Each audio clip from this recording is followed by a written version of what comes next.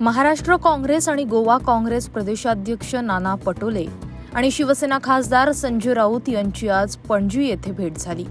तब्बल 1.5 तास चाललेल्या या चर्चेत नेमक्या कोणत्या मुद्द्यांवर चर्चा झाली याबाबत तर्कवितर्क लढवले जात आहेत.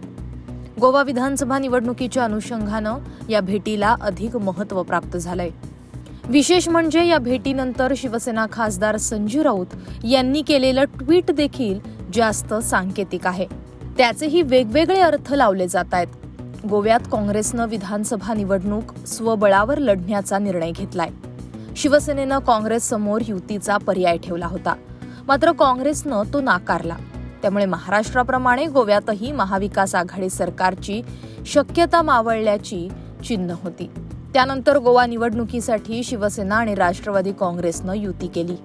मात्र आता काँग्रेस आणि शिवसेना या दोन पक्षांच्या नेत्यांच्या भेटीमागील प्रयोजन नेमकं काय आहे यावर चर्चांना उधाण आलंय.